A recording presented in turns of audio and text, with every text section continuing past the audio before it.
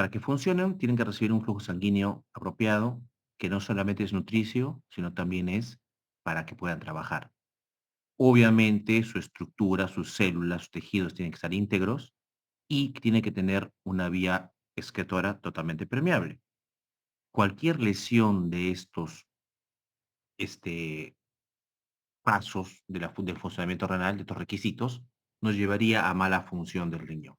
Bien, cuando alguno de estos tres requisitos se altera en forma brusca, eso puede condicionar una lesión renal aguda.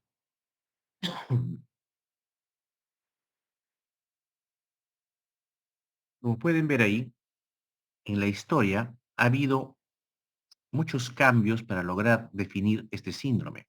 La lesión renal aguda que ustedes conocen ahora como tal ha tenido una serie de procesos para que pueda ser entendida como tal. La primera vez que se describió el cuadro fue en la Primera Guerra Mundial, en el año 1917. Justamente fue llamada nefritis de guerra. Weldon lo que vio era cómo los soldados morían después de haber recibido un trauma, ¿no? Durante la guerra, y lo hacían en insuficiencia renal. Bien. De eso ahora han pasado más de 100 años y ahora lo que manejamos es lo que vamos a desarrollar a continuación. Bien. Entonces hablemos de las definiciones actuales. Durante mucho tiempo, cada escuela, cada grupo de investigación tenía una definición diferente de lesión renal aguda. Eso llevaba a que haya dificultad para hacer estudios comparativos, la epidemiología era variada. Felizmente, en el año 2012 aparece un consenso, ¿no? Conceptualmente, una lesión renal aguda viene a ser un síndrome que tiene en común lo siguiente: una disminución rápida de la función renal. El riñón entonces no puede cumplir sus funciones, principalmente se expresa en que no puede eliminar las sustancias de desecho y no puede mantener el equilibrio del medio interno, el equilibrio hidroelectrolítico y ácido base. Antes, cuando a mí me enseñaron lesión renal aguda, me decían que era una patología reversible. Ahora sabemos que no es así. La mayor parte de ellas, bien manejadas, son reversibles, pero hay un porcentaje bajo, pero hay un porcentaje de lesiones renales agudas que no revierten y terminan convirtiéndose en enfermedad renal crónica. Bien, como es un síndrome, tiene muchas causas y por ende, cada causa tiene una severidad distinta. Bien, esto es lo que ustedes tienen en sus libros, ¿no? Actualmente tenemos lo que es los consensos de la CADIGO. La CADIGO es una entidad internacional que en nefrología ha llegado a hacer varios consensos de las patologías. Si bien es cierto, ahorita en el año 2026 está por salir publicada la actualización de la guía de lesión renal aguda, todavía no es oficial. Y los cambios en cuanto a definición son mínimos. En realidad se le está agregando una categoría más. Pero estos siguen siendo los pilares del diagnóstico. Básicamente, un incremento de la creatinina o una disminución del volumen urinario, como ustedes ya bien lo saben y lo deben haber revisado. Bien, se han escogido estos dos parámetros porque son los que mejor nos rinden para hacer diagnóstico. Sin embargo, ninguno de estos dos parámetros es un buen parámetro, es un parámetro ideal. Estos dos parámetros son parámetros, digamos, buenos, apropiados, pero lejos de ser perfectos. Para empezar, como pueden ver en el gráfico de la derecha, una vez que se da el daño renal, el insulto renal, y el riñón deja de funcionar como se ve en la curva de arriba de color naranja, ¿no? Y la función renal baja, en paralelo no se da el incremento de la creatinina. El incremento de la creatinina, que ven en la línea de abajo, en rojo, tiene un retraso, una demora. Es decir, ustedes pueden agarrar y dañar al riñón hoy día y más o menos el incremento de la creatinina se va a ver recién mañana. En promedio, el retraso que tiene la creatinina en elevarse es de aproximadamente 24 horas. ¿De acuerdo? Entonces, es un marcador un poquito retrasado, un poquito tardío de la lesión renal.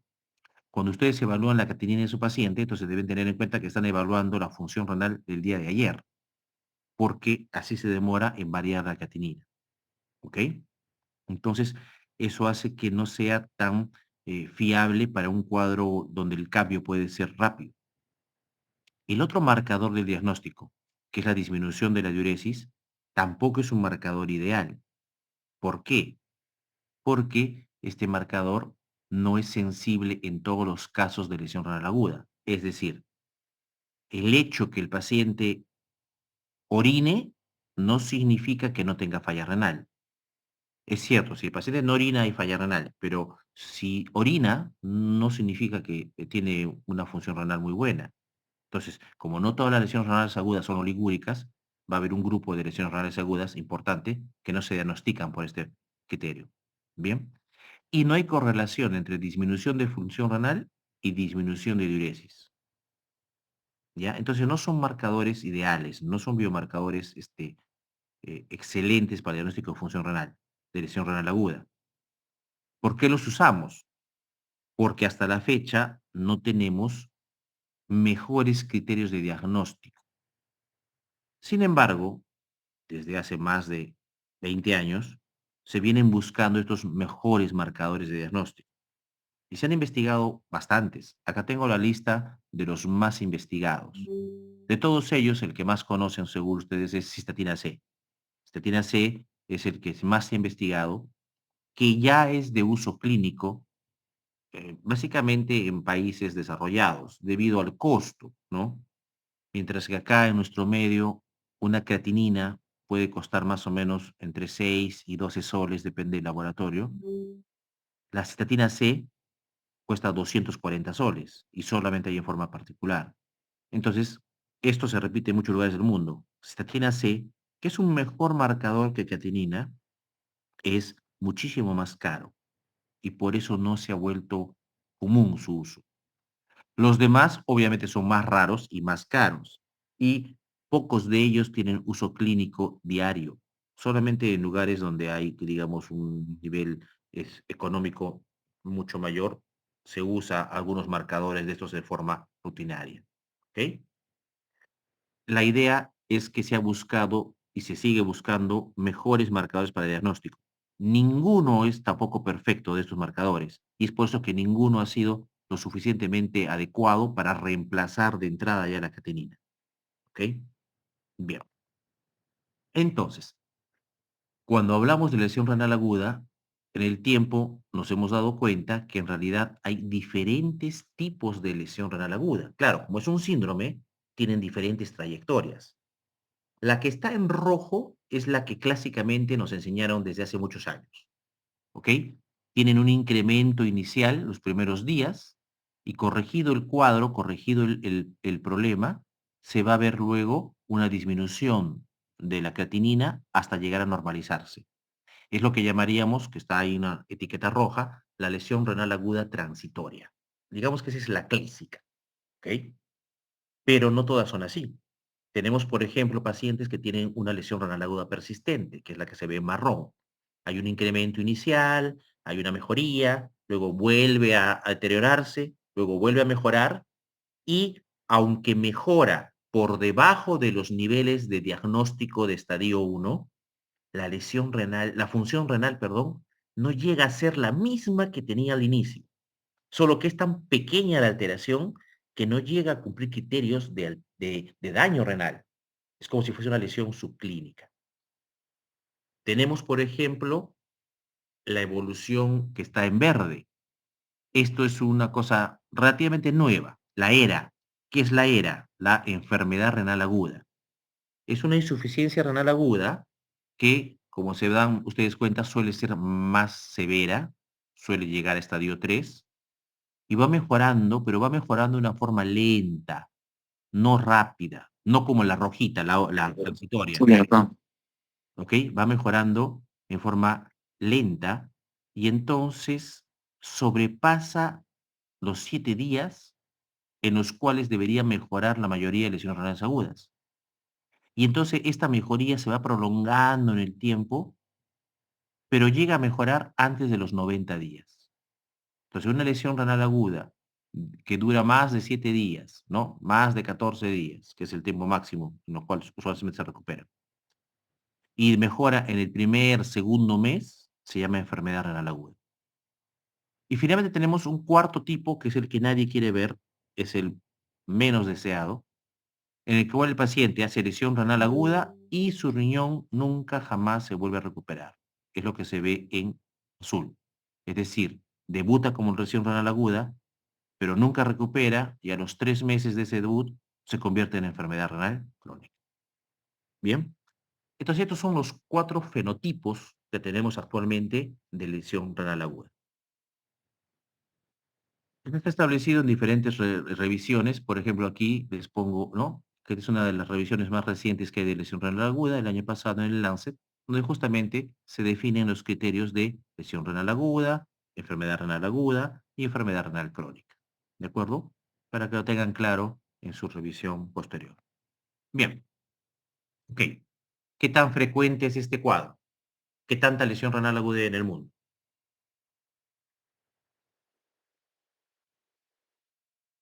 Para empezar, como es un síndrome y no tiene síntomas y signos y patognomónicos, es un poco difícil estimar su verdadera epidemiología. Va a depender mucho de qué criterios diagnósticos se usen, ¿de acuerdo? Entonces, en países en vías de desarrollo como el nuestro, la estadística de esto es pésima, pobrísima. Entonces, las únicas estadísticas que tenemos más o menos confiables son de países desarrollados. En países desarrollados tenemos que la incidencia aproximada es de más o menos 200 casos por millón de habitantes en adultos. ¿Ya? Y en niños es más o menos el 10% de eso, ¿ok?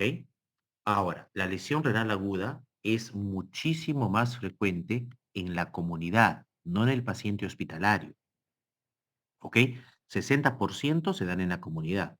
Lo que pasa que estos pacientes usualmente no son diagnosticados porque son lesiones renales agudas de menor intensidad, de menor gravedad.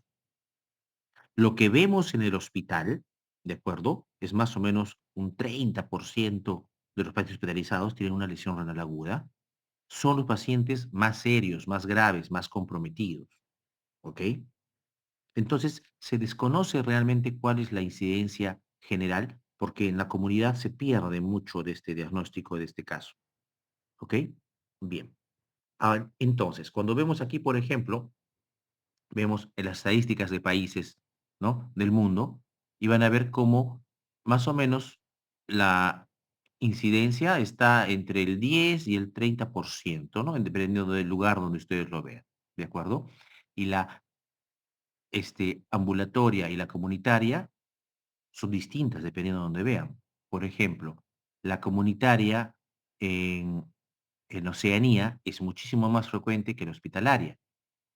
Pero, por ejemplo, en Estados Unidos, en Norteamérica, la hospitalaria es más frecuente que la comunitaria, ¿ok?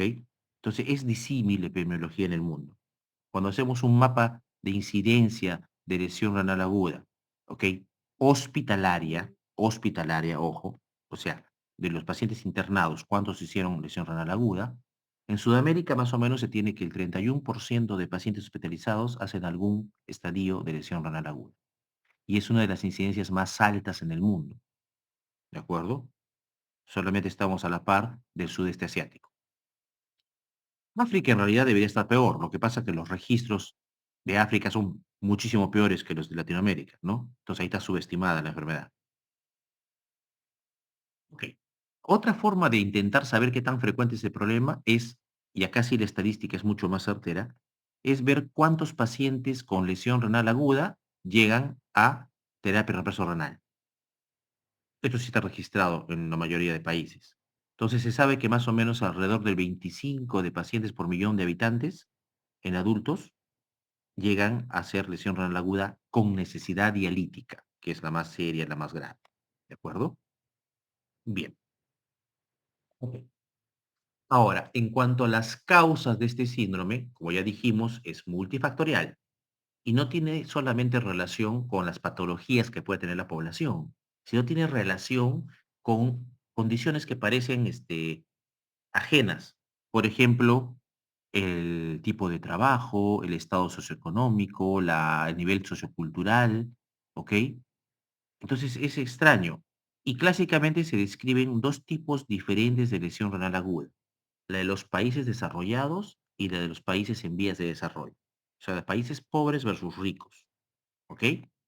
Por ejemplo, en países desarrollados, digamos Europa, por ejemplo, usualmente los que tienen lesión renal aguda son pacientes más viejos y con mucha patología. Es el diabético, hipertenso, coronario, que hace un infarto, que hace una sepsis y entonces se pone mal y llega a cuidados intensivos o tiene falla orgánica múltiple.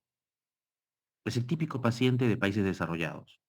Por lo tanto, tiene alta mortalidad, ¿no es cierto? El paciente, como tiene pluripatología, no era muy fácil prevenir que haga esto porque tenía ya su falla cardíaca, tenía su falla renal crónica, era diabético, etcétera. Está muy bien registrada y es altamente costoso el tratamiento. En países en vía de desarrollo es diferente. La epidemiología dice que para empezar, los pacientes no son muy mayores, suelen ser adultos jóvenes, maduros o inclusive pueden ser adolescentes. ¿De acuerdo? No tienen mucha pluripatología, sino es por una enfermedad específica. Por ejemplo, infecciones, por ejemplo, una disentería, por ejemplo, malaria, por ejemplo, que les dé una enfermedad viral, un brote, ¿no? Local de una enfermedad, etcétera, así, ¿no? Por ejemplo, se describe la mordedura de ¿cómo se llama?, de reptiles venenosos, etcétera. Entonces, es una enfermedad específica que produce la lesión renal aguda, ¿de acuerdo? Como muchas veces se relaciona al mal saneamiento, a las diarreas, a las gastroenteritis y disenterías, muchas lesiones renales agudas podrían ser prevenibles si hubiera un buen sistema de salud pública.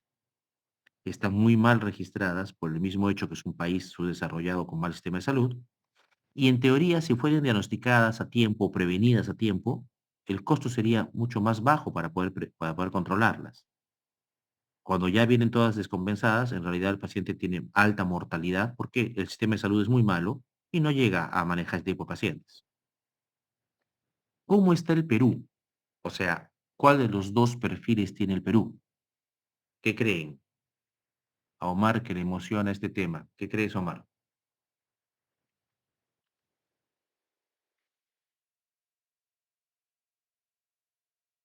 Nada opina Omar. El Perú tiene un perfil mixto. El Perú no es ni el perfil de país desarrollado ni el de vías de desarrollo. En realidad tiene ambos. O sea, ustedes van a ver el paciente adulto mayor con pluricomorbilidades que llega mal y está en cuidados intensivos. Y también van a ver en la comunidad, sobre todo en la zona de nuestra sierra y nuestra selva, el paciente joven que viene con una gran deshidratación por una disentería o una mujer, una chica, un adolescente con un aborto séptico y que hace fallar la web. Tenemos un perfil mixto, vemos de todo, vemos ambas cosas, desafortunadamente. Bien. Entonces, cuando uno atiende a un paciente, como la lesión renal aguda no tiene un cuadro clínico estrictamente característico, uno debe basarse en factores de riesgo. ¿Qué personas tienen mayor predisposición para hacer lesión renal aguda? Y vamos a tener dos tipos de factores, los que podemos modificar y los que no podemos modificar. Los que no podemos modificar están ahí a la izquierda, ustedes están viendo. Por ejemplo, la edad. El hecho que sea un adulto mayor no lo vamos a poder cambiar. El hecho que ya tenga una insuficiencia cardíaca no lo podemos cambiar. El hecho que ya tenga una enfermedad renal crónica de fondo no lo podemos cambiar. ¿Ok? Todos los factores que ven a la izquierda en naranja son cosas que nos ponen en riesgo de lesión renal aguda y son no modificables. Entonces, sobre lo que deberíamos incidir son aquellos factores de riesgo de la derecha, que sí podríamos modificar en gran medida o en una medida suficiente para que no llegue a lesión renal aguda. Por ejemplo, que mi paciente tenga depresión de la volemia. O sea, yo puedo evaluarlo, puedo diagnosticar que está deshidratado y puedo manejarle esa deshidratación y evitar que llegue a lesión renal aguda. Por ejemplo, el uso de nefrotóxicos. Yo puedo corregir la dosis de la droga si es necesaria que reciba. Yo puedo modular el hecho de que se le haga uno o varios estudios con contraste radiológico.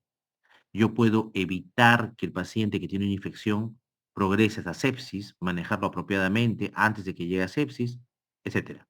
Entonces, hay factores que yo puedo modificar, o por lo menos aminorarlos para que no se dé tanta lesión renal aguda. Entonces, siempre que tengan pacientes con alguno de otros factores modificables o no modificables, deben sospechar que puede haber lesión renal aguda y deben buscarla activamente. Tienen que buscar el hecho de que esté desarrollando o no la lesión renal aguda. Bien, en cuanto a la clasificación, en la historia de la lesión renal aguda ha habido diferentes clasificaciones. Ahora sobreviven básicamente tres. La más antigua, la menos precisa, algunas veces útil, es clasificarla por el gasto urinario, en oligúrica o no oligúrica. La mayoría, según los libros, es oligúrica, ¿ok? En el hospital en realidad es bien variable, depende qué servicio estén viendo. Pero, como les digo, esta clasificación no es absoluta, no es muy precisa. Básicamente nos sirve cuando uno enfoca a un paciente rápidamente en la emergencia. Yo tengo un paciente que no orina, tiene una creatinina alta, falla renal. ¿Qué es lo primero que hago? Si no orina, lo primero que hago es veo si no tiene globo vesical, ¿ok? Porque si tiene globo vesical le pongo una sonda y va a empezar a orinar. Lo segundo que veo es si está o no está deshidratado. Si no orina y está deshidratado, lo voy a hidratar. Y si no orina y está totalmente edematoso, le voy a dar diuréticos. Es básicamente la utilidad de esta clasificación. Es para una evaluación rápida y un manejo rápido inicial, usualmente en unidades de emergencia. ¿Ok? Después no tiene mucha utilidad más. Y entonces tenemos la clasificación más moderna, la más reciente, que bueno, tiene más de 15 años, pero la más reciente es la de severidad, ¿no? Donde nos da estadios. Ya vimos que en la definición de lesión renal aguda es la que nos clasifica a la lesión renal aguda, por lo menos en estadio 1. Pero si el compromiso es mayor, es decir, más incremento de creatinina o hay mayor disminución de la diuresis, puede evolucionar a estadio 2 o estadio 3. Esto ustedes lo conocen porque está en todos sus libros de texto. Bien, porque es importante, vamos a ver el pronóstico. Al final de la exposición vamos a ver unas diapositivas de pronóstico donde se ve la importancia de esta clasificación de severidad. Y lo más común, lo que todavía se usa, es la clasificación que es un poco antigua, pero es vigente, que es una clasificación fisiopatológica, en el cual se distinguen tres grandes grupos de lesión renal aguda. La que antes se conocía como prerrenal, que ahora ya no se conoce como prerrenal, se le llama lesión renal aguda hemodinámica o funcional. Luego la intrínseca, que antes se conocía como parenquimal, y la posrenal, antes conocida como obstructiva. ¿Sí? Bien. Entonces, la mayoría se supone que son las hemodinámicas y la minoría se supone que son las obstructivas. ¿Ok? Eso según la epidemiología que tenemos. Pero igual les digo que en el hospital eso cambia un poco, depende del servicio donde estén. Entonces, hablemos de la fisiopatología justamente en base a esta clasificación. Ya dijimos que hay tres lesiones renales agudas. La prerrenal, que es la más común, básicamente se produce porque los riñones no reciben la suficiente cantidad de sangre. Entonces, tienen menos sangre para nutrirse, hay isquemia del tejido, y tienen menos sangre para poder trabajar, menos sangre para poder sacar toxinas. Cuando el riñón recibe menos sangre, se desencadena una serie de mecanismos de compensación que van a estimular al nefrón distal, principalmente activando el RAS, activando la ADH, todo, con el objetivo de reabsorber sodio y agua. Ese es el objetivo. El riñón recibe poca sangre y los riñoncitos piensan, ajá, hay hipovolemia. No siempre es verdad, pero es lo que piensan. Hay hipovolemia. Como hay hipovolemia, tengo que yo ganar agua. ¿Y cómo gano agua? Reteniendo sodio. Esa es la respuesta normal del estado prerrenal. Lo interesante de la prerrenal es que si la manejan ustedes rápido y apropiadamente, se recupera rapidito. En 1, 2, máximo 3 días, se recupera todo el cuadro y el riñón funciona normal. Pero la prerrenal tiene diferentes causas. No todas las prerrenales son iguales. La prerrenal en sí ya es un síndrome, ¿ok? Y aquí vemos los 4 tipos de lesión renal aguda prerrenal. La de color moradito, lila, es la más común. Es la que está asociada a depresión del volumen intravascular. Esta depresión del volumen intravascular puede ser real o no real. Me explico. Vamos a la izquierda. Cuando hay una verdadera depresión de volumen intravascular, es lo que está en ese recuadro lila en letras negras. Yo pierdo volumen intravascular si tengo una hemorragia importante, si no tengo ingesta de fluidos, o sea, un náufrago en medio del mar, ¿no? Si tengo un montón de pérdidas, ya sea renales, por ejemplo, estoy usando diuréticos, o extrarrenales, tengo la diarrea más grande de mi vida. Si tengo esos cuadros, yo he perdido volumen, es una depresión real. Y como es una depresión real, hay hipovolemia. Y si es muy importante, puedo llevar hipoperfusión renal y falla renal. ¿De acuerdo? El cuadro más severo viene a ser el shock hipovolémico. Ahí también tendríamos, por ejemplo, a el síndrome patorrenal. Sin embargo, también hay depresión de volumen sin pérdida real del volumen. Por ejemplo, el volumen que debería estar en el intravascular se sale del intravascular y forma un tercer espacio. Eso lo vemos en una pancreatitis aguda, por ejemplo, ¿ok? Lo vemos, por ejemplo, en pacientes con hipoalbuminemia severa que hacen edema marcado. Tenemos, por ejemplo, en pacientes que tienen un cuadro, un hilio, una obstrucción intestinal, por ejemplo, y secuestran un montón de líquido. Entonces hacen depresión de la volemia, pero no se ha perdido líquido al exterior, sino ha cambiado de un compartimento intravascular a un compartimento extravascular. Y la última forma de hipovolemia, de depresión del vascular, no es que haya realmente depresión del volumen intravascular, sino lo que ha pasado es que el vaso se ha dilatado. Entonces aumenta la capacitancia de la circulación y el volumen que antes era suficiente para producir presión contra la pared del vaso, al aumentar el diámetro del vaso, ya no hay presión, hay caída de la presión y hay una relación menor volumen-capacitancia. ¿Cuándo se ve estas dilataciones vasculares severas? Básicamente se ve cuando hay cuadros de sepsis o cuadros de una inflamación muy intensa, como por ejemplo una anafilaxia. ¿Ok? Entonces, ahí hacen ese tipo de daño. Entonces, en todas, el volumen intravascular es insuficiente, pero los mecanismos son diferentes. ¿Bien? Ahí Doctor, tenemos, por ejemplo, disculpe, dime. doctor, disculpe, no entendí muy bien lo que sería formación de tercer espacio. ¿A qué se refiere? Normalmente los espacios corporales son espacios virtuales. Por ejemplo, tú en la pleura, tú no tienes líquido usualmente. O sea, hay una cantidad de líquido que es laminar. Entonces tú tomas una placa de tórax y no hay derrame, aunque hay una pequeña cantidad de líquido pleural. Si, por ejemplo, se te junta el líquido en la pleura, esa cavidad que era virtual se convierte en una cavidad real llena de líquido. Ese líquido de un derrame pleural es un tercer espacio. ¿Ok? Entonces, tercer espacio es la acumulación de un líquido donde normalmente no debía haber, así se le llama. O sea, no es ni intracelular ni extracelular, sino pues se llamaba un tercer espacio, está en un tercer lugar donde no debería estar ese líquido. De ahí viene ese nombre. ¿Bien? Ok. Esa es la causa más común de lesión renal aguda prerrenal. Tenemos 3 causas más, menos frecuentes. En rojo tenemos la segunda en frecuencia. ¿Por qué mi riñón no recibe sangre? No porque me falte volumen, no porque haya depresión de volumen. Mi volumen puede estar normal o inclusive puede estar aumentado. ¿Qué es lo que está fallando? La bomba que debería mandar ese volumen.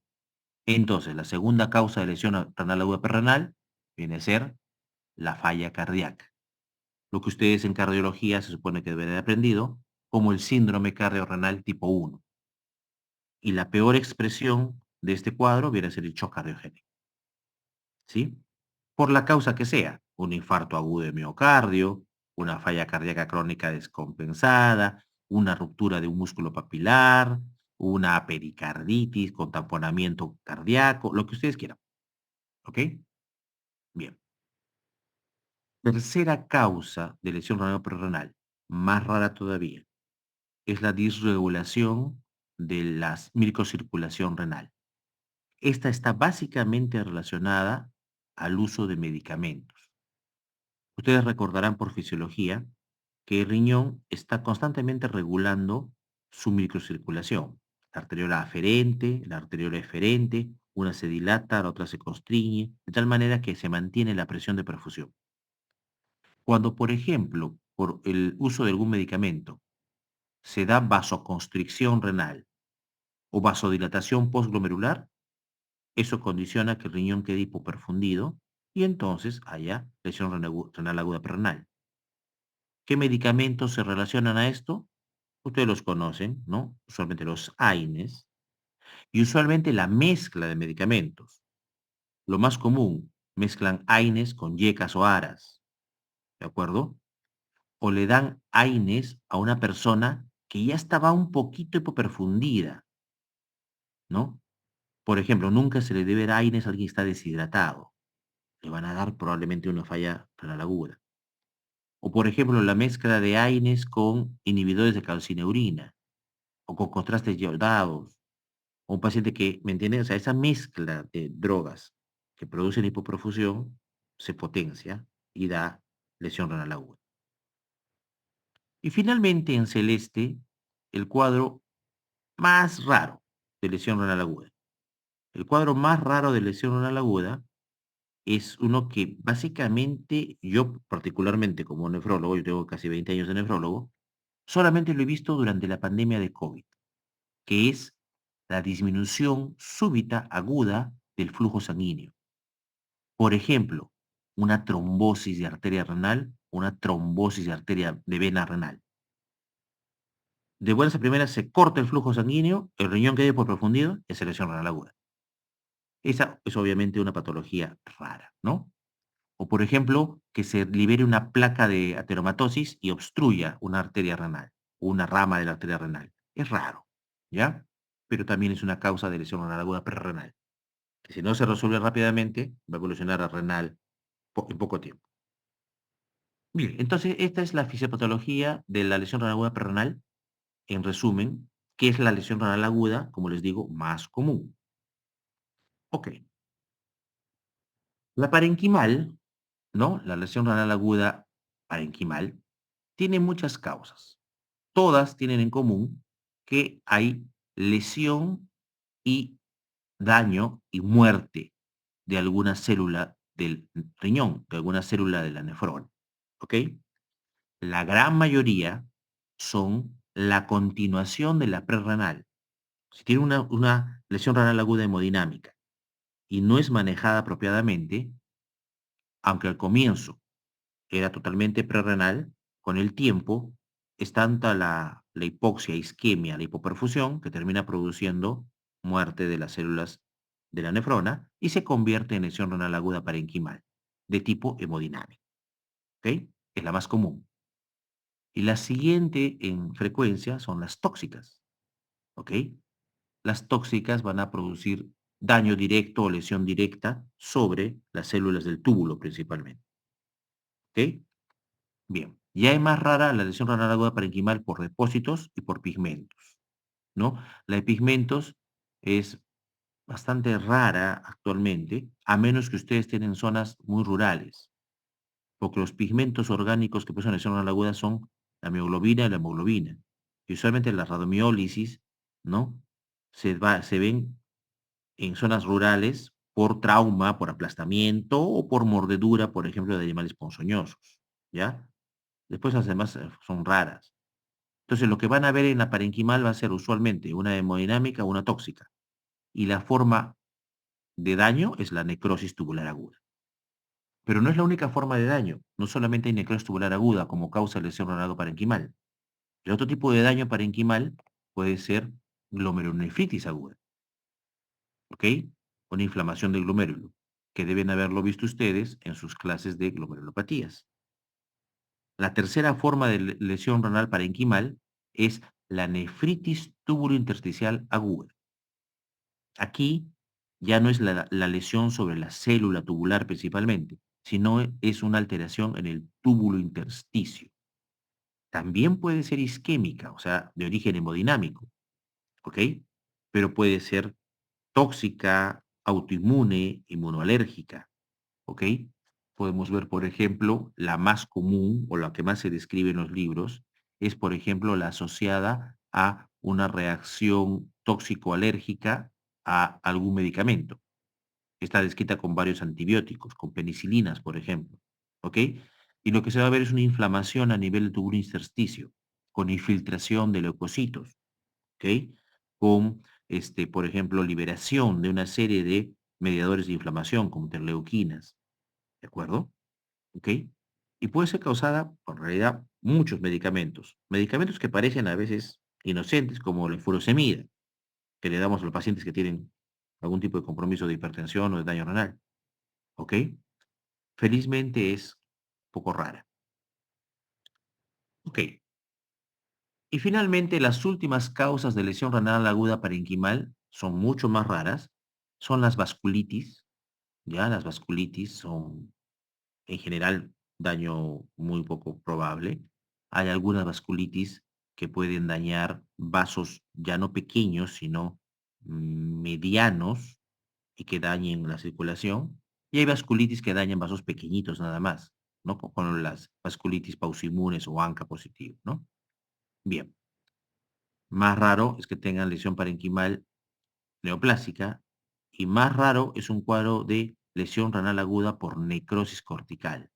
Hay una isquemia tal que no le llega sangre y se mueren los glomérulos. Esto es bien raro de ver y usualmente se ve como complicación obstétrica después de un aborto o un parto muy complicado. Bien. Si hay algo en común en las lesiones parenquimales es que la lesión de la célula tiene un proceso en el cual se estimulan los dos tipos de muerte de la célula, tanto la apoptosis como la necrosis. Estas células muertas se van descamando y entonces se va a producir, ¿no?, la típica lesión de necrosis tubular aguda, ¿no? La característica de las parenquimales es la necrosis tubular aguda, donde ustedes ven que el epitelio del túbulo, hay células que están, aún se conservan, otras que están alteradas y unas que terminan muriéndose. Entonces se descaman y se liberan y se juntan dentro de la luz del túbulo.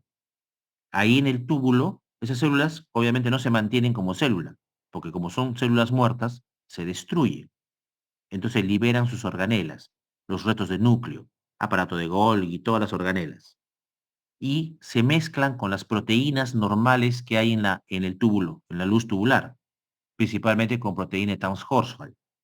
Y entonces todo ese pelmazamiento de células tubulares con la proteína y con bajo flujo en el túbulo, porque el paciente estaba usualmente en algún estado de hipoperfusión o de isquemia, hacen que se forme un cilindro. Entonces, los cilindros que se ven en la lesión renal aguda parenquimal, siendo la más común la necrosis tubular aguda, son un proceso de formación a través de la necrosis, la esfacelación y la destrucción de las células muertas. Es por eso que en la lesión renal aguda parenquimal se pueden ver cilindros. Bien, si ustedes corrigen la lesión renal aguda parenquimal, no es como la prerrenal, la hemodinámica, que se recupera en 1 o 3 días. Como ya se murió la célula, para que se recupere, tiene que regenerarse una nueva célula. Y la regeneración de una nueva célula es todo un proceso que dura no menos de 7 días. Entonces, si ustedes manejan bien una lesión renal aguda parenquimal, la recuperación se va a dar entre 1 y 2 semanas. Si se prolonga más de 2 semanas, uno ya empieza a sospechar de que hemos pasado al estadio de enfermedad renal aguda, ¿no? Acá en la izquierda pueden ver el proceso de recuperación. Se da la lesión, se pierde la polaridad de las células terminan muriendo en necrosis o en apoptosis. Abajo se ve cómo se empiezan a descamar, se va hacia la luz tubular, van a formar cilindros, y desde la membrana basal empiezan a madurar nuevas células tubulares, pero al comienzo no tienen sus funciones completas. Van madurando estas células, poco a poco van migrando sus canales y sus organelas, y finalmente llegan a formar nuevamente un borde de cepillo y se vuelve a formar un túbulo funcional. ¿Ya? Y no tiene un tiempo entonces de proceso. ¿Bien? Ok. Entonces, en la lesión renal aguda parenquimal clásica, ¿no? La necrosis tubular aguda, viene la isquemia se prolonga, se convierte en necrosis tubular aguda, se muere y hay un periodo de mantenimiento, como les digo, que dura más o menos una semana. Y después eso será recuperación. En esa fase de recuperación, cuando es una isquémica pura, se supone que es de un fenotipo de oliguria, ¿no? La típica oligúrica. Y en la fase de recuperación, como no hay buena capacidad de concentración, se recupera la diuresis y podría haber una poliuria de recuperación. Es decir, el paciente que está recuperándose de una lesión renal aguda podría tener una fase de poliuria durante la recuperación. Ya hay que cuidar ahí de hidratarlo bien, porque podría deshidratarse nuevamente y volver a empezar una lesión isquémica. No todos los pacientes hacen la poliuria de recuperación. Ok. Finalmente tenemos la lesión renal aguda postrenal u obstructiva. Cualquier cosa que me obstruya la vía urinaria a cualquier nivel me produce esta lesión. Puede ser uni o bilateral, y puede ser intra o extraluminal. Pero para que yo me dé cuenta, para que yo tenga realmente la evidencia en sangre de incremento de urea, de creatinina, tiene que ser bilateral. A uno le pueden dañar un riñón y los valores de sangre de urea y creatinina se mantienen normales. El mejor ejemplo es el paciente que dona un riñón. El donante de un riñón, ustedes le sacan el riñón, se queda con un solo riñón y su riñón que queda, como es un riñón sano, ustedes le toman los controles de urea, creatinina al paciente que acaba de donar y siguen normales. Lo mismo ocurre en la lesión renal aguda obstructiva unilateral. Si no produce un cuadro clínico que nos haga sospechar el hecho, el riñón se puede obstruir, se puede dañar, se puede morir y ustedes ni se enteran, porque el otro riñón suple la función y los valores en sangre son normales. Ok, entonces, ¿qué causas de lesión renal aguda obstructiva hay? Puede ser congénita, ¿ok? Es raro. Puede ser adquirida, es lo más común. Y lo más común es un cálculo, ¿ok? Un cálculo. Puede ser, por ejemplo, una obstrucción a nivel de los túbulos, es lo que se ve, por ejemplo, en una nefropatía, una radiomiólisis, por ejemplo, ¿no? Se producen precipitación y tapan los túbulos. Podría ser, por ejemplo, neoplásica, ¿no? Tanto intraluminal, un carcinoma epitelial de la vía urinaria, o puede ser extraluminal, por ejemplo, un cáncer de útero, ¿ok? Un cáncer de próstata, por ejemplo, ¿ok? Podría ser infecciosa, es raro, pero se ha descrito obstrucciones, por ejemplo, por un micetoma, una bola de hongos que tapa, ¿ok? Se ha descrito eso.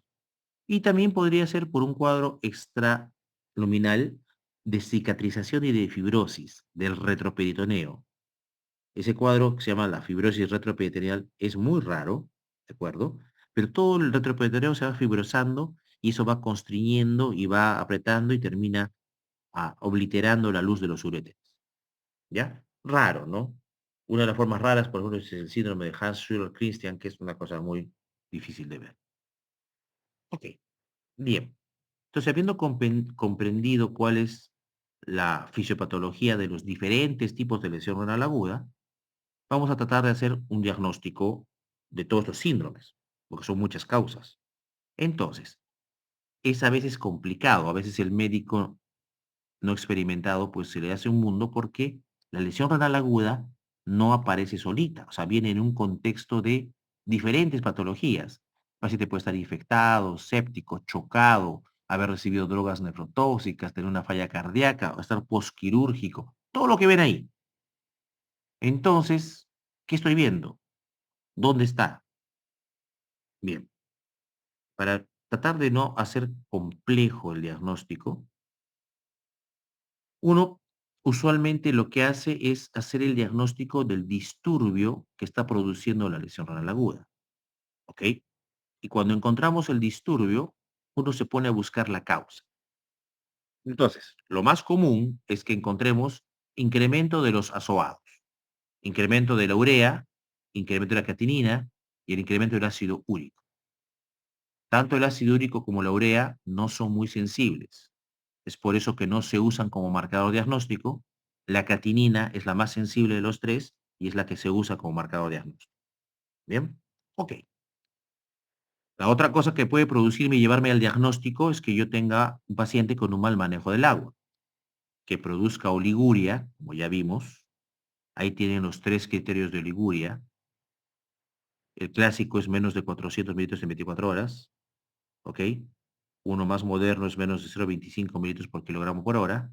Y en niños se usa menos de 240 mililitros por metro cuadrado de superficie corporal por día. O también podemos tener un paciente que tenga poliuria. Recuerden, la poliuria, ya sea una poliuria de recuperación o una poliuria, por ejemplo, un cuadro de diabetes insípida, ¿no? Ok. Entonces, el mal manejo del agua también debería llevarme a sospechar que hay una lesión renal aguda. El tercero es que yo en un paciente que estaba bien antes encuentre una alteración del manejo del medio interno, expresada por alteración de los electrolitos.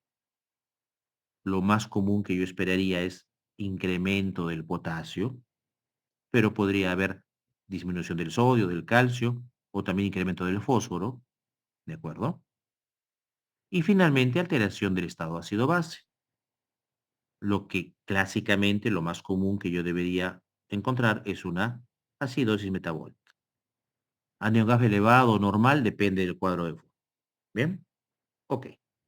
Entonces, esos son usualmente lo que nos lleva a los diagnósticos, porque no hay un cuadro clínico que me diga exactamente este paciente tiene lesión renal aguda, a menos que esté en oliguria, ¿no? Si no, no hay forma que yo me dé cuenta por un cuadro y signo característico. Entonces, para mi diagnóstico yo necesito ayudarme y voy a pedir como herramienta diagnóstica importante un examen completo de orina. ¿Ok? Desde la evaluación macroscópica, como ven arriba a la izquierda, viendo el color de la orina, ¿no? Viendo sus características, su turbidez, su olor, todo eso, haciendo lo que está abajo a la izquierda, que es una tira reactiva, para ver si hay albúmina, si hay glucosa, si hay cetonas, si hay nitritos, etcétera. Y finalmente lo que está a la derecha es hacer un fondo o un sedimento urinario, ¿ok? Donde yo voy a buscar si hay alteraciones en el sedimento que me lleven a hacer el diagnóstico. Básicamente la presencia de cilindros, la presencia de células que me puedan llevar a hacer el diagnóstico. ¿Bien? Ok. Y entonces tengo indicadores, índices urinarios que me pueden ayudar a diferenciar las lesiones renales agudas. ¿Ya? Básicamente la diferenciación más importante y más difícil es entre la hemodinámica y entre la necrosis tubular aguda, la parenquimal por necrosis tubular aguda. Porque como les dije hace un momento, pueden ser simplemente la evolución del mismo cuadro. El paciente puede iniciar el cuadro como una prerrenal y como no se corrige adecuadamente, progresar hasta una necrosis tubular aguda. Entonces uno a veces no sabe en qué etapa de daño está mi paciente. De todos los marcadores, todos los índices que ven allí, el más rendidor, el más específico, si lo quieren, viene a ser el FENA. ¿Ok? Un FENA es bastante sensible para hacer el diagnóstico. No es perfecto, pero es el más sensible. Muchas veces no lo tienen a la mano. El segundo en sensibilidad vendría a ser el sodio urinario. El sodio urinario menos de 20 en la prerenal, más de 40 en la necrosis, también es bastante sensible. Si ustedes no pudieran hacer un FENA, porque por ejemplo el paciente estuvo usando diuréticos, y eso contraindica el uso de un FENA, pueden hacer un FEURIA, ¿ya? Y el FEURIA también tiene buena sensibilidad. No tanto como el FENA, pero es bueno. Todos los demás índices ya son menos específicos.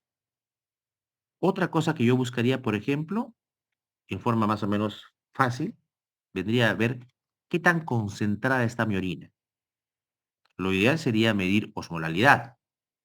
En la prerrenal se espera que la orina esté muy concentrada porque ahí se supone hipoperfusión. Debe tener una osmolalidad más de 500. Pero como no tenemos osmolalidad a la mano, yo podría ver en la tira reactiva del examen de orina la densidad urinaria. Si mi densidad urinaria está más de 1015, yo puedo asumir que es una orina concentrada y me orienta que es prerrenal. Si fuese necrosis tubular aguda, va a tener una osmolaridad menor de 500 y una densidad urinaria menor a 1015. Y la otra cosa que me ayudaría mucho es ver el sedimento urinario. En la prerrenal, como se supone que no hay lesión tisular, no hay muerte celular, el sedimento debería ser normal. Significa que no debo encontrar células atípicas, no debo encontrar cilindros, salvo cilindros hialinos que podría haber, que no se consideran patológicos. Y no debería haber proteinuria, hematuria, ni nada de esas cosas. En la necrosis tubular sí voy a encontrar cilindros, porque ya vimos que se forman por la esfacelación de las células, ¿no? Y la matriz proteica. Y puede haber cilindros de diferente tipo. La necrosis tubular aguda tiene usualmente cilindros granulosos. Es el característico. Los demás cuadros de glomerulonefritis aguda, nefritis intersticial aguda y la postrenal son mucho más fáciles de diagnosticar y usualmente no requieren tantos índices para hacer la diferenciación, ¿ya? Porque el cuadro clínico ayuda mucho a hacer el diagnóstico. Bien. Y acá viene el tema actual, que es lo que va a salir en las nuevas guías. En las nuevas guías se ha incluido esto que ya los conocemos hace buen tiempo, que como ninguno de los marcadores es perfecto, porque la catinina y la diuresis ya dijimos que no son los mejores marcadores, se está intentando ingresar los biomarcadores. Y esto nos da un escenario de 4 posibles cuadros, ¿ya? Solo para explicarles rápidamente qué es esto. El de arriba a la izquierda, el cuadro A, es el paciente normal, el que no tiene lesión renal aguda, ¿ya? Clínicamente no hay lesión renal aguda. Tiene creatinina normal, flujo urinario normal. Sin embargo, este paciente podría tener biomarcadores urinarios alterados, que nos den un diagnóstico muy precoz a pesar que tengo flujo urinario y creatinina normal, ¿ok? Todavía no tenemos ese nivel de diagnóstico, pero fisiopatológicamente eso es posible. Hay algunos marcadores que se han investigado, todavía ninguno está en uso. Segundo, el cuadro B, arriba a la derecha. Este es el típico cuadro de lesión renal aguda. Tengo incremento de la creatinina y o bueno, en este caso también disminución del flujo urinario, ¿ok? Y tengo marcadores positivos. Entonces, el típico y clásico cuadro de lesión renal aguda completo. Y hay otro cuadro a medias, que es el de abajo, el D, donde yo tengo disminución del flujo urinario, aumento de la creatinina y no tengo biomarcadores, ¿ok? Este cuadro, por ejemplo, podría ser la lesión renal aguda hemodinámica, funcional. Aunque sea elevada la creatinina o hay disminución del flujo urinario, no hay daño celular, por eso no hay biomarcadores. Y último, el C es el paciente normal, el que no tiene ni creatinina alterada, ni biomarcadores, ni flujo urinario alterados. El C es el paciente que no tiene diagnóstico de lesión renal aguda. Entonces, las guías que van a salir este año van a justamente intentar hacer este diagnóstico, que la lesión renal aguda sea también clasificada con biomarcadores. ¿Ya? Felizmente para ustedes, esto no es todavía funcional actual y obviamente no va a venir en su examen. Ok. ¿Cómo más me ayuda a hacer diagnóstico? Si ya sé que la creatinina y los índices urinarios me están guiando, pero no son tan precisos. Otra forma de ayudar a la precisión de mi cuadro es hacer imágenes. Ya hablamos en las clases que supone que han hecho cada uno en su sede sobre las imágenes en nefrología, ¿ok? De todas las imágenes, la que actualmente más me sirve para hacer diagnóstico de lesión renal aguda es la ecografía, ¿ok? No la ecografía renal convencional, donde vemos solamente tamaños, texturas, ¿ok? Sí, podría ser útil, básicamente para hacer el diagnóstico de uropatía obstructiva. La ecografía convencional sirve básicamente para eso, para ver si es que hay dilatación de la vía urinaria, ¿no? Y hacer el diagnóstico de lesión renal aguda por renal. En realidad, la ecografía que nos sirve para el diagnóstico de lesión renal aguda, ¿ok? Es la ecografía que hacemos en el lugar de atención, lo que conocemos como POCUS, ¿de acuerdo? La POCUS, que es un esquema, ¿no? De ecografías, es un conjunto de ecografías, nos ayudan para saber la evaluación hemodinámica del paciente y tratar de acercarnos al diagnóstico de la lesión renal aguda, ¿ok? Básicamente, este es el algoritmo de diagnóstico en lesión renal aguda a través de ecografía en el punto de atención. Tenemos una lesión renal aguda y entonces lo primero que hacemos es una ecografía renal, básicamente para descartar, como les decía, obstrucción. Ver si hay hidronefrosis, si es que hay una obstrucción de la salida vesical, una... Ok. Descartamos que sea posrenal o confirmamos si es posrenal, se acabó. Si no es posrenal, entonces nos vamos a la evaluación hemodinámica. Y la evaluación hemodinámica tiene dos partes. Primero, hacemos, como está a la mitad en celeste, una ecografía de la vena cava inferior. Y vemos si la vena cava inferior está dilatada o está normal, o colapsa inclusive. Si está dilatada, está pletórica, entonces hacemos dos protocolos ecográficos. Hacemos un Vexus o un Focus, o ambos. Lo mejor es hacer ambos. ¿Qué es un Vexus? Un Vexus es una evaluación hemodinámica donde vamos a valorar vasos hepáticos, ¿ya? La porta, vamos a valorar las arterias, los vasos intrarrenales y vamos a ver cómo se llama, si estos me evidencian que hay congestión pulmonar, perdón, congestión sistémica. Y en paralelo hago un focus, en el cual se hace una ecografía cardíaca, básicamente buscando tres cosas. Primero, tengo que descartar que no hay una pericarditis, una efusión pericárdica. Y veo si la función del ventrículo izquierdo y la función del ventrículo derecho están bien. O sea, básicamente estoy descartando falla cardíaca. Bien, eso cuando la vena cava inferior está dilatada. Si por el contrario yo encuentro que la vena cava está normal o está colapsando, ¿ok? Y no hay un cuadro de hipertensión intraabdominal, entonces yo debo hacer una evaluación cardíaca para ver si es que mi ventrículo izquierdo está hiperdinámico con este, un volumen en el tracto de salida alto o un volumen en el tracto de salida bajo. Es una evaluación que hacemos en una visión de 4 cámaras del ápice del corazón. ¿Ok? Todo esto nos dice cuál es el estado hemodinámico del paciente. Y finalmente, para completar mi evaluación ecográfica, yo hago una ecografía pulmonar. En ecografía pulmonar, en el caso de que haya congestión, voy a encontrar líneas B de Kerling. Las líneas B de Kerling son características de la congestión del parénquima pulmonar. Además, podría yo encontrar efusión pleural, derrame pleural. Bien, entonces las personas que estamos entrenadas en ecografía nefrológica, con esto podemos definir si mi paciente que tiene lesión renal aguda y que yo no sé si es que está congestionado y le voy a dar diuréticos o está hipoperfundido y debería darle volumen, que aunque no lo crean, es muchas veces, es frecuente tener esa disquisición diagnóstica en el paciente. Esto nos ayuda a tener una evaluación objetiva que nos sirve para dar el tratamiento más apropiado a los pacientes. Bien, finalmente, ya acabando con el diagnóstico, cuando yo encuentro que alguien tiene lesión renal aguda, no solamente me tengo que centrar en el daño renal. Yo sé que cuando hay daño renal, se van a condicionar una serie de daños en órganos lejanos. Es decir, cuando alguien tiene lesión renal aguda, a más severa la lesión renal aguda, yo tengo que vigilar y monitorizar que no haya daño en otros órganos. Por ejemplo, es muy común que el paciente que tiene lesión renal aguda y no tenía problema cardíaco, pueda desarrollar problema cardíaco.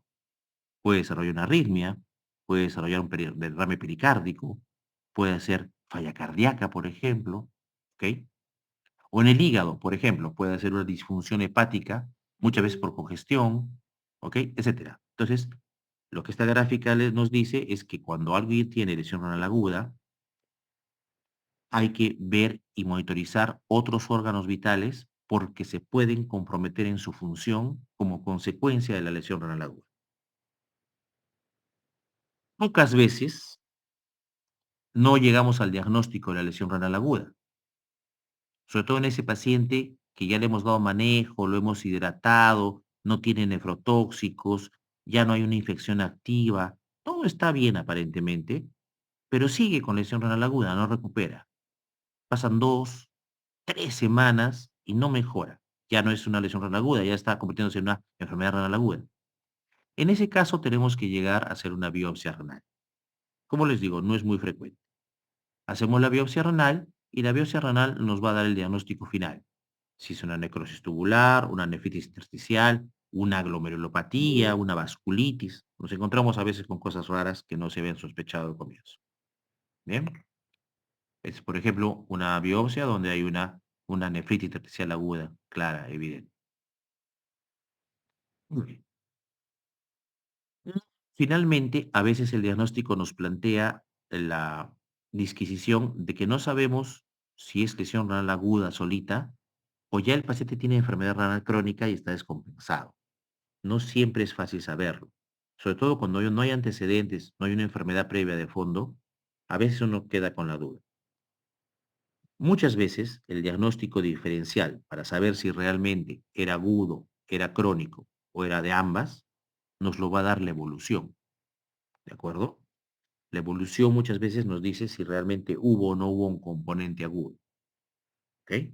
Entonces, al comienzo, cuando tengan esto, no se desesperen por diferenciar si es agudo o crónico. Manejen la parte aguda como debe manejarse. Y después, en la evolución, uno llega a determinar si hubo cronicidad o no. Bien. A veces en la investigación uno se da cuenta que sí hay alguna cronicidad y estamos con un daño agudo sobreimpuesto, principalmente cuando encontramos alteraciones que son irrecuperables. Por ejemplo, que encuentren en la ecografía que ya hay disminución del parénquima, de la corteza, que haya enfermedad poliquística, que tenga. Entonces ahí uno ya sabe que hay un compromiso crónico y que la recuperación del compromiso agudo probablemente no sea total. Va a quedar con cierto grado de deterioro de la función renal. ¿Bien? Ok. Para terminar el tratamiento. El tratamiento, como se darán cuenta, no es universal. El tratamiento va a depender de qué llevó a la lesión renal aguda. Entonces, en el tratamiento tenemos diferentes enfoques, diferentes objetivos. Vamos a hacer inicialmente el manejo de la lesión renal aguda debería aparecer antes de que haya lesión renal aguda. O sea, debemos hacer la profilaxis, evitar la lesión renal aguda en el paciente con riesgo. Y luego vamos a tener otros objetivos. Como ven ahí, el manejo de fluidos, el manejo hemodinámico, las drogas que podemos manejar las complicaciones y en el último caso, cuando todo falla, el soporte renal avanzado. Bien, entonces, para no hacerlo tan largo, vamos a ver que en todas las guías de nefrología, como por ejemplo acá les pongo la guía Cadigo, nos dicen más o menos qué es lo que se debe manejar desde el comienzo. Y si se dan cuenta, el manejo, una vez más, empieza antes de que se desencadene y se diagnostique la lesión renal aguda estadio 1. El manejo empieza cuando un paciente tiene riesgo. Idealmente ustedes deberían estratificar el riesgo y ahí empezar a prevenir lesión renal aguda. Bueno, entonces, dependiendo de la etiología, hacemos el manejo. En resumen, el prerrenal debería tener buena hidratación, buena hemodinámica, ¿ok? Hasta corregir la enfermedad de fondo. El parenquimal debería corregirse la enfermedad de fondo, ver las complicaciones que van apareciendo y irlas manejando. Y a veces van a requerir soporte renal. Y la posrenal lo que requiere básicamente es permeabilización de la vía urinaria. Ok, entonces, ¿cómo podríamos enfocar la mayoría de lesiones renal agudas?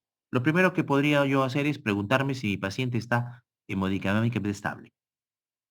Tengo una serie de parámetros para saber si está estable, desde la presión arterial media o hacer un cálculo del volumen sanguíneo, Presión de cuña, que actualmente ya no se usa, para eso usamos mejor una evaluación ecográfica, ¿ok?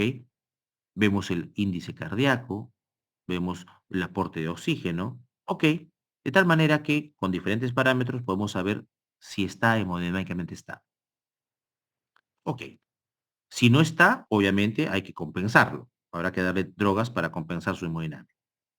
Lo siguiente que debemos preocuparnos, porque es probablemente la complicación más grave, es si tiene hiperpotasemia y es severa. Si tiene hiperpotasemia y es severa, habrá que darle el manejo protocolizado que ustedes ya deben conocer. Lo siguiente es cuál es el estado de hidratación y cuál va a ser mi manejo posterior. Si hay depresión de la bulimia, tengo que darle volumen, pero ya no es como antes que se hacía dar, lo clásico hasta hace pocos años era dar bastante volumen. Ahora se ha visto que dar mucho volumen a los pacientes en lesión renal aguda no es bueno. Entonces hay que darles el volumen adecuado, necesario. Hay que monitorizar diario si está bien lo que le estamos dando. Y hay que elegir la mejor solución para darles. ¿Ok? Estamos acostumbrados a dar usualmente cristaloides, cloruro de sodio al 0,9 por mil. En lesión renal aguda no es el mejor cristaloide. Hay varios estudios que demuestran que los mejores cristaloides en la lesión renal aguda no es una solución salina, sino una solución balanceada. En nuestro medio, básicamente, el único que van a encontrar es lactato rígido, ¿ok? Que es muy poco utilizado, no sé por qué. Bueno, es un poco más caro que un cloruro, ¿cierto? Pero debería ser mucho más utilizado, por lo menos en unidades de cuidados críticos, cuidados intensivos o shock trauma. Coloides, la albúmina y las gelatinas, realmente los estudios actuales demuestran que tienen muy poca utilidad, no se deben utilizar. Básicamente, la única indicación de uso de coloides es en el paciente cirrótico con hipobuminemia severa. En el resto de escenarios, los estudios no han demostrado que sean mejores los coloides y entonces se usa cristaloides. Bien, ¿qué pasa cuando el paciente está en sobrecarga de fluidos, está edematoso, está congestivo? Entonces hay que darles restricción hídrica y diuréticos. Pero recuerden que la restricción hídrica no funciona si no va acompañada de restricción de sodio. ¿Ok? Entonces restricción hídrica y de sodio y diuréticos. Y cuando dan diuréticos y el paciente no responde bien, está totalmente validado lo que se llama el test o la prueba de estrés de furosemida, que tienen ahí en la lámina de abajo. Es algo que se usa mucho en cuidados intensivos, ¿ok? En medicina interna no lo usan tanto, no sé por qué, pero está validado. Que consiste en darle una dosis de furosemida de 1 miligramo por kilo de peso, si es que no está usando diuréticos, y si está usando diuréticos, 1,5 miligramos por kilo. Y mide cuánto orina en 2 horas. Si orina más de 200, el test es bueno y se acabó, no hay problema. Hay que seguirle dando diuréticos. Pero si el test da menos de 200 de diuresis, significa que este paciente tiene un alto riesgo de evolucionar a una lesión renal aguda, estadio 3, y tiene un alto riesgo de requerir terapia del paso renal. Y probablemente seguirle dando diuréticos no vaya a resultar en éxito en la terapia. La mayoría de veces cuando tenemos un paciente con un test de furosemida, ¿no? Que ha salido mal, lo que hacemos es, la mayoría de veces, no siempre, iniciarle terapia de reemplazo renal. Ok, entonces, en el manejo de la lesión renal aguda es importante los líquidos. Ese gráfico les muestra claramente, tanto el paciente hipovolémico como el paciente sobrecargado tienen mayor mortalidad. ¿Ok? La curva de mortalidad de lesión renal aguda respecto a la volemia es en U. ¿Ok? Deshidratado o sobrehidratado son los que se mueren más. Finalmente, para terminar el manejo de la lesión renal aguda, yo manejo las complicaciones y veo, mi paciente estará haciendo acidosis metabólica, si es así, la manejo como tal. Veo que mi paciente esté recibiendo drogas, idealmente que no sean nefrotóxicas, pero si por A o B tiene indicación de una droga nefrotóxica, por ejemplo, una sepsis por un germen que el cultivo dice que es sensible pues solamente a aminoglicósido, por ejemplo. Entonces tiene que recibirlo sí o sí. Tengo que entonces hacer el adecuado cálculo de la corrección de la droga para la función renal. Ya más raro, veo si tiene hiponatremia. Si tiene hiponatremia, o alguna vez podría tener hipernatremia, más raro todavía, la manejo. Y no se olviden de que mi paciente tiene que tener una adecuada nutrición. La lesión renal aguda es un cuadro catabólico. Y si ustedes no le dan un adecuado aporte calórico, el paciente se va a consumir rápidamente. Esas son las indicaciones generales del aporte calórico.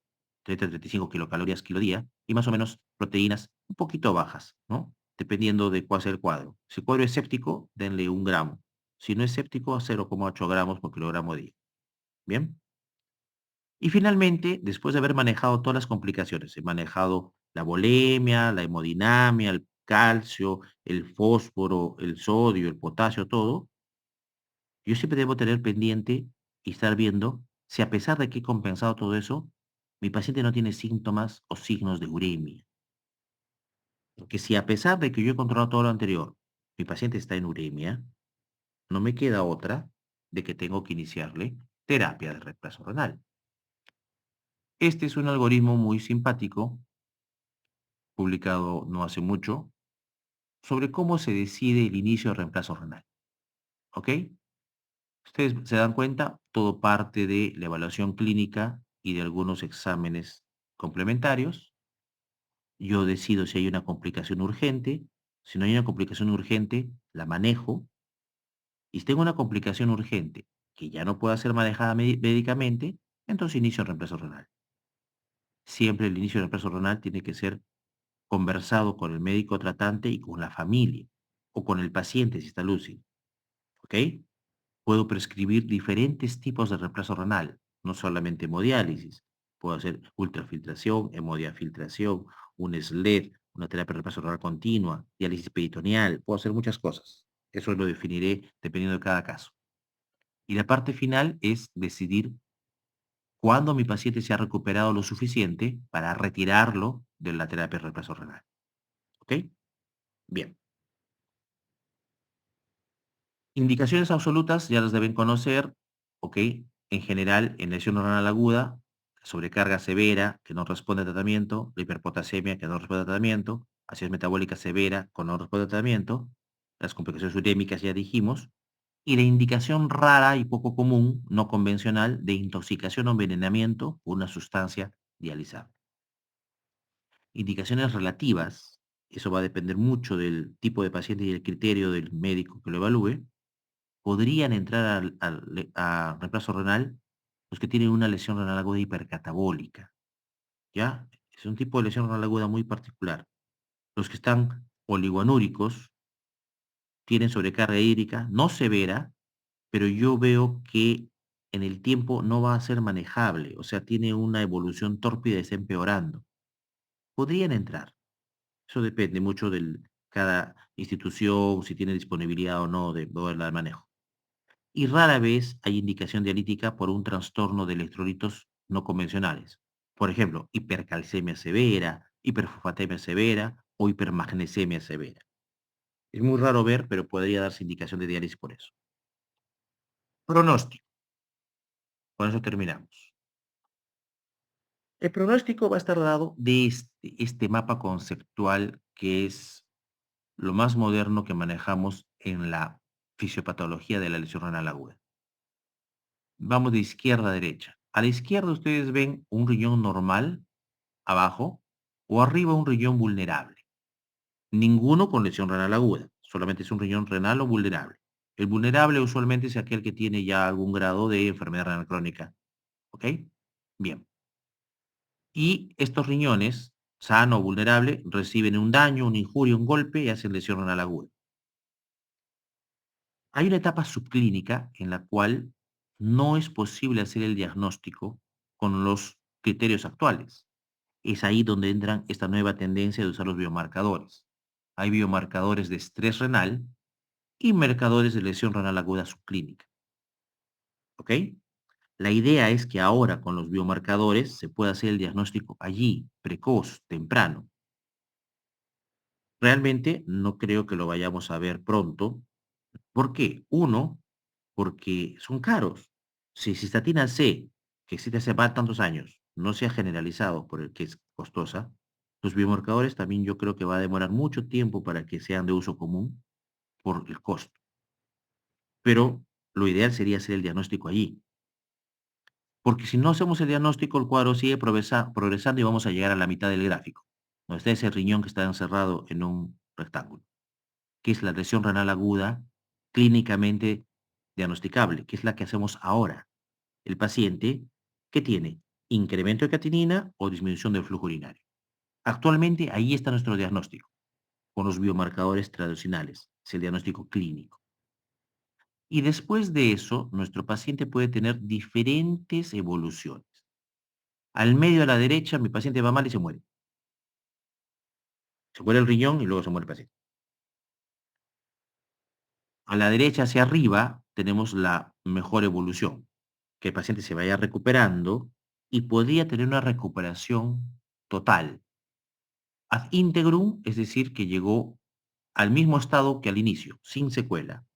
O una recuperación completa aparente, es decir, que recuperó, su creatinina se normalizó, su flujo urinario todo se normalizó, pero histológicamente han quedado algunas secuelas mínimas que no son, básicamente lo que se ha perdido es la reserva funcional renal.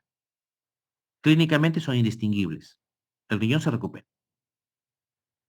Y hacia abajo a la derecha tenemos lo que está en azulito, una recuperación mal adaptada, una recuperación donde el riñón tuvo muchos mecanismos inflamatorios, mucha cascada de inflamación y se va a producir cicatrización y fibrosis. Y mi riñón queda con secuela, es decir, que se convierte en una enfermedad renal crónica, la cual va a poder seguir progresando a algún estadio más avanzado y eventualmente a la muerte del riñón y a la necesidad de reemplazo renal. Entonces, el pronóstico está dado por la intensidad de la injuria, del daño que se le hizo al riñón, la prontitud del manejo que se le hizo y el tipo de recuperación que tiene después del manejo. Entonces tenemos diferentes evoluciones después de haber tenido un episodio de lesión renal aguda. Ustedes pueden ver ahí, ¿no? Uno, 2, 3, 4, 5. ¿Ok? La que rápidamente se recupera, la que se demora en recuperarse, la que tiene recaídas, la que se recuperó y luego vuelve a desarrollar una aguda, y la que nunca recuperó y el riñón se murió. ¿Ok? ¿Cuáles son los riesgos? Ustedes van a ver que los pacientes con lesión renal aguda tienen mayor riesgo de mortalidad si tienen como comorbilidad la enfermedad cardiovascular, cáncer. ¿Ok? Tienen mayor riesgo de eventos cardiovasculares posteriores a la lesión renal aguda, tienen mayor riesgo de ser rehospitalizados y tienen mayor riesgo de desarrollar en el futuro una lesión renal aguda. Entonces, la lesión renal aguda no es solamente ver que se recuperó y recuperó la creatinina. Los pacientes siguen teniendo riesgos residuales. La mortalidad es muy variable dependiendo dónde esté el paciente.